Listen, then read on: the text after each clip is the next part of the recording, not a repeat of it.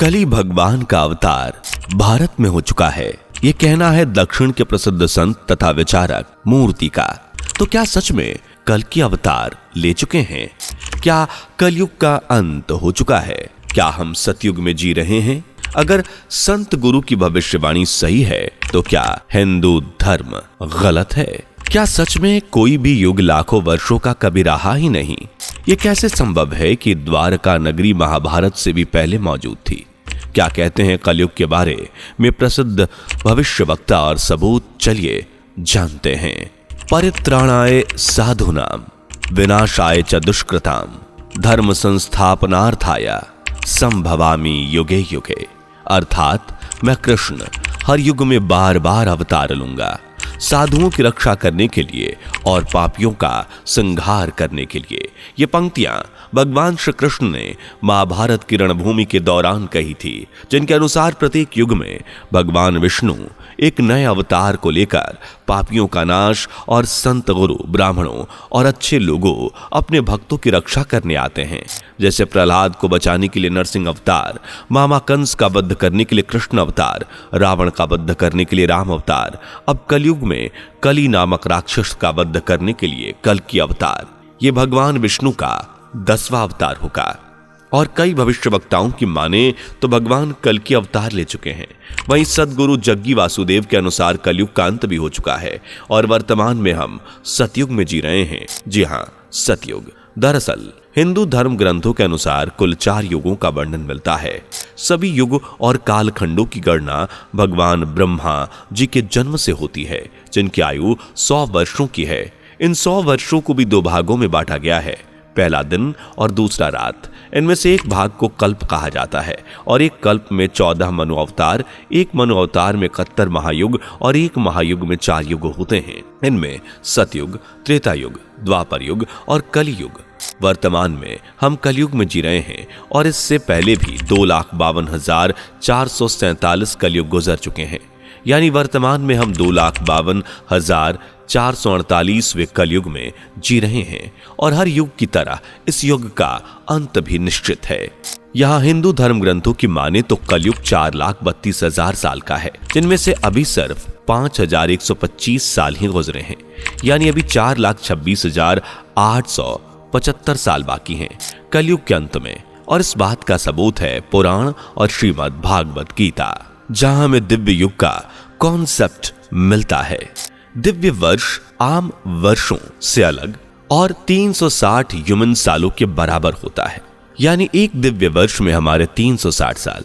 इस तरह पुराणों में कलयुग का 1200 दिव्य वर्ष का ड्यूरेशन दिया गया है।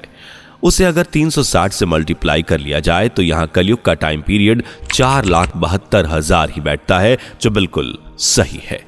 इसी तरह श्रीमद् भागवत गीता और कल्कि पुराण भी सदगुरु जग्गी वासुदेव की इस बात को नकारती हैं कि कलयुग का अंत हो चुका है और हम सतयुग में जी रहे हैं। लेकिन सही निर्णय पर पहुंचने के लिए हमें सबसे पहले कुछ सबूतों पर नजर डाल लेनी चाहिए, जो ये साबित करते हैं कि हाँ, कलयुग का अंत हो चुका है। तो क्या है ये सबूत? जानने के लिए वीडियो को लाइक, शेयर और चैनल को सब्सक्राइब कर लीजिए। सदगुरु जग्गी वासुदेव जी के अनुसार कलयुग का अंत हो चुका है। हम जिस सतयुग में जी रहे हैं उसका अंत भी 2082 तक हो जाएगा। इस बात को सच साबित करने का बहुत पहला सबूत है परमहंस योगानंद के गुरु श्री युक्तेश्वर जी की किताब द होली साइंस। इस किताब के अनुसार किसी भी युग की ड्यूरेशन जो होती है वो तो 12,000 साल की होती है, लेकिन इसकी जो साइकिल होती है वो 24,000 साल की होती है। एग्जाम्पल में समझें तो मान लीजिए कि अभी कलयुग चल रहा है। 12,000 साल बाद जब अंत होगा तो युग की जो साइकिल है वो फिर से कलयुग पर ही घूमेगी और इस तरह कलयुग होगा 24,000 साइकिल में खत्म। इसी तरह सतयुग, द्वापर और त्रेता युग में भी होगा, यानी रिपीटेशन। देखा जाए तो ये सही भी है, क्योंकि इंसान हो या दुनिया, कहीं भी सडन चेंजेस नहीं आते। जो भी होता है वो एक टाइम के बाद धीरे धीरे होता है। मतलब ऐसा नहीं है कि आज कलयुग खत्म हुआ तो आज ही पूरी दुनिया अच्छे और सीधी बन जाएगी, बल्कि बदलाव धीरे धीरे आएगा।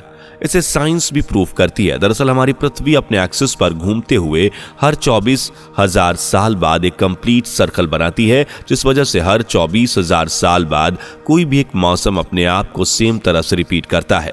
प्राचीन ग्रीक ग्रंथों में हमें 24,000 साल को ही एक परफेक्ट ईयर माना गया है, यानी कलयुग शायद सच में खत्म हो गया है। दूसरा सबूत है भगवान श्री राम का जन्म। दरअसल रामायण में भगवान राम के जन्म से जुड़े कई डॉक्यूमेंट्स मिले हैं, जिन्हें अब प्लेनेटरी सॉफ्टवेयर में डाला गया तो भगवान श्री राम के जन्म की तारीख 10 जनवरी 5114 BCI यानी आज से करीब 7,000 साल पहले ही रामायण हुआ था। कुछ ऐसे ही सबूत महाभारत से जुड़े हुए हैं। इतिहासकार और एस्ट्रोलॉजर के अनुसार महाभारत का युद्ध 18 दिनों तक चला था। इन 18 दिनों में 2 ग्रहण हुए थे। तब ये पॉसिबल नहीं है कि महज 18 दिनों में 2 सूर्य ग्रहण या चंद्र ग्रहण हो। इनमें से एक जरूर चंद्र ग्रहण होगा और दूसरा सूर्य ग्रहण। अब जब इस एक्सीडेंट को डेटा को मैच किया गया तो पता चला कि लास्ट 5,000 सालों में ऐसा सैकड़ों बार हुआ, लेकिन सिर्फ 6 बार ही ऐसा संयोग महाभारत काल से मैच खाता है। यानी महाभारत और रामायण के बीच 2 से 2.5 सालों का अंतर है, इससे ज्यादा नहीं। हालांकि नतीजे पर पहुंचने से पहले कुछ आर्कियोलॉजिकल प्रूफ्स भी देख लेने चाहिए, जैसे बे ऑफ खंबात में मिली द्वारिका नगरी, जहां मिली दीवारों, पत्थरों, मानव हड्डियों सहित अन्य चीजों की जब कार्बन डेटिंग की गई तो पता चला कि करीब 9 से 10,000 साल पुरानी है। वहीं रामायण की सबूत राम सेतु की बात करें तो कार्बन डेटिंग से इस पुल की उम्र 7 से 8,000 साल पुरानी है। यहाँ सोचने की बात है कि द्वारिका राम सेतु से पहले कैसे हो सकता है। तो हो सकता है कि ये पहले से ही मौजूद हूं। जी हाँ, आपको बता दें कि ऐसा दावा किया जा रहा है कि हो सकता है कि ये पहले से ही मौजूद हो। कुल मिलाकर देखें तो युगों के बीच कुछ ज्यादा बड़ा गैप नजर नहीं आ रहा। यानी हम कह सकते हैं कि कलयुग भी 4,32,000 साल का नहीं होगा, बल्कि इसका अंत इससे बहुत पहले ही हो जाएगा।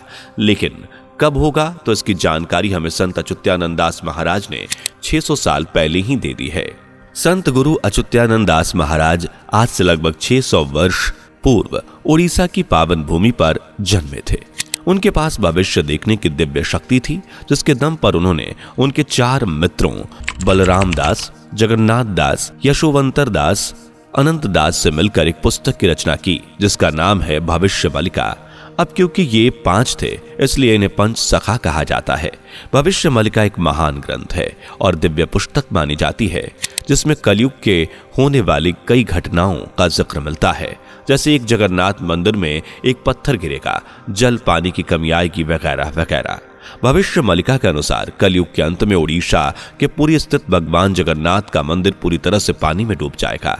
भगवान कल्कि और कली के बीच कलयुग में महाभयंकर युद्ध कटक के एक किले में लड़ा जाएगा। यह सब कुछ 2020 से लेकर 2025 तक कभी भी हो सकता है, यानी कलयुग का अंत 2025 तक होने की भविष्यवाणी की गई है। अब क्योंकि जगन्नाथपुरी भगवान जगन्नाथ का धाम है और यह पुस्तक इसी धाम से इंस्पायर्ड है, इसलिए भविष्य मलिका में लिखी भविष्यवाणी को बिल्कुल भी इग्नोर नहीं किया जा सकता।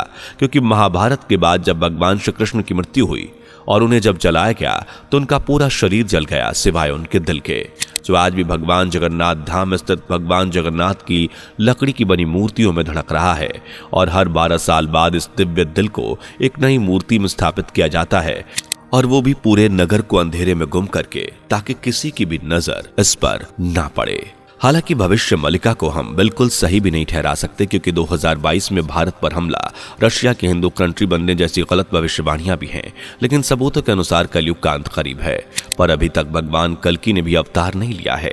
हालांकि कई भविष्यवक्ता और लोग कहते हैं कि इन सब बातों के कोई सबूत नहीं है। तो कब होगा कलयुग का अंत? अपनी राय कॉमेंट करके जरूर बताएं। वीडियो पसंद आई हो तो लाइक शेयर करके चैनल को सब्सक्राइब कर लीजिए। मिलते हैं अगली वीडियो में, तब तक के लिए धन्यवाद। दोस्तों, आपकी स्क्रीन पर 2 और वीडियोस दिख रही हैं, जिसे देखने के लिए स्क्रीन पर क्लिक करें।